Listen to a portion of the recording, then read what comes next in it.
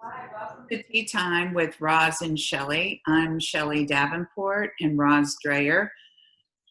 This is our sixth episode, which we're excited to talk about. A little bit different topic today, although very similar to our lifestyle series. We're going to talk about real estate, and specifically, we're going to talk about investment properties, which Roz has a lot of experience with.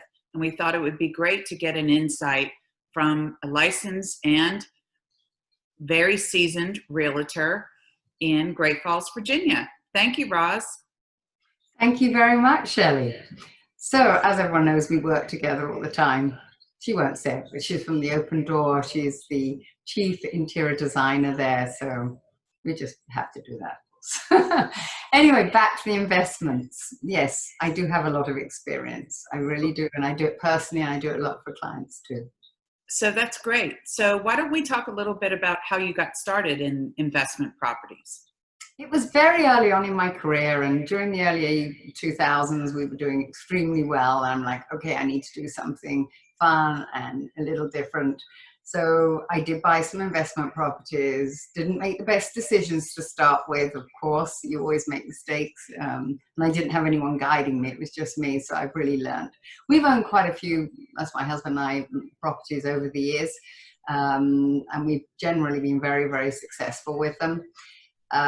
First one I bought, condo, big mistake, as I'm sure many people can imagine. That condo fee is a disaster when you're trying to do ROI. That's return on investment. So what are you looking for now in a property? Okay, so I am actually looking at the moment. I like a townhouse situation. I like it because I'm only really responsible for the front, back, and the interior and the roof. And it cuts down a lot of liabilities too, but it still allows you to get a very, very good return. For example, if you're buying one and you put down 25% or 20% for a $400,000 condo, you can get a return of over $2,200, which means you're more than a wash. It doesn't make you rich, but the whole point is you're trying to leverage the money. So I like townhouses personally. Detached houses, I think, are the biggest liability because you have not only in terms of you now have four walls, the whole roof, the yard, and everything that goes with it. The liability is also going to be paid for via insurance because your insurance goes up, particularly if you have a pool or other items. Sure. And then, so with townhouses, right, the rental market is very, very strong and has been over several years, right? Correct.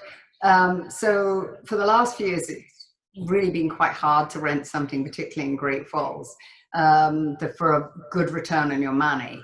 As I'm saying, we're talking about a 400 that returns over 2.2, and then you've got a detached house that you can hardly rent for like 3, unless they're really beautiful drop dead. So that's my point. A lot of them in Great Falls have had to rent below their normal value, 3.5. So I'd rather have 2 townhouses than $1 million house. I think the return is way better.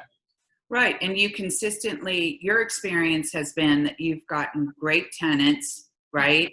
Yes. And you've had super communication. It's all about the communication when you have a tenant in and making it accessible and livable for them. Is that right? That's absolutely correct. Most people go down because they penny pinch, and that's not the way you want it to be. I seldom charge any of my tenants for anything that's not, I've never actually charged them up on gross negligence or anything. I encourage them to, I give them my handyman's number and they call him. And if there's a tap dripping, I really want them to call him, because if they don't, it becomes a much bigger problem. But, you know, tenants generally don't want to pay $100 because there's a tap dripping or something. And it's not really their fault, it's wear and tear. So I always try and address everything. And even when I see my kitchen's horrible or whatever, I try and upgrade something and do something for them. I like them to think I'm thinking about them, and, you know, maybe just be a new stove or whatever. It's a few $100, but it causes so much goodwill when you do that. Communication is also very, very important, having a good feeling with one another. For example, I had a guy that, one of my tenants, who had a bad crash. He lost his car, he got totals, and he needed to buy a new car. And he said, I can't pay you the whole rent. Can I give you half next month? And I was like, sure, no problem. But let's work on the other half. And he paid it over 6 months. And he was so happy. He was one of my best tenants. You know, you just have to treat people as human beings in the way you would like to be treated, and you won't get trouble. That's right. It's all about the communication. Absolutely. For sure. So tell us about, on the mortgage side, your experience. So obviously you have to have excellent or good credit. I mean, Yes. that's obvious. That's an obvious one, of course. But how easy is it to get an investment property, you know, in terms of financing? You have to put more down, there's no question. 20% is generally the minimum. I like to put a little more down because although it's an outlay for me and it's not good leveraging of my money in effect, it does allow me to have a little more income coming in every month. So the mortgages themselves aren't that hard to attain. The bigger problem is that a mortgage company will require, obviously, the good credit and everything, but they only allow that house has been rented 75% of the time. So they won't take into full account the whole income coming. So the problem comes up more when you have multiple houses. In Virginia and a lot of places, if you have more than 4 houses, you suddenly become a professional, as it were. So you have to be a little more careful about that. I try and keep my properties, although I've been over them a few times, but I try and keep my own house, which counts as one of the 4, and 3 other investment properties. But getting a mortgage isn't hard in its own right. It's just going to be a little higher than our regular mortgages.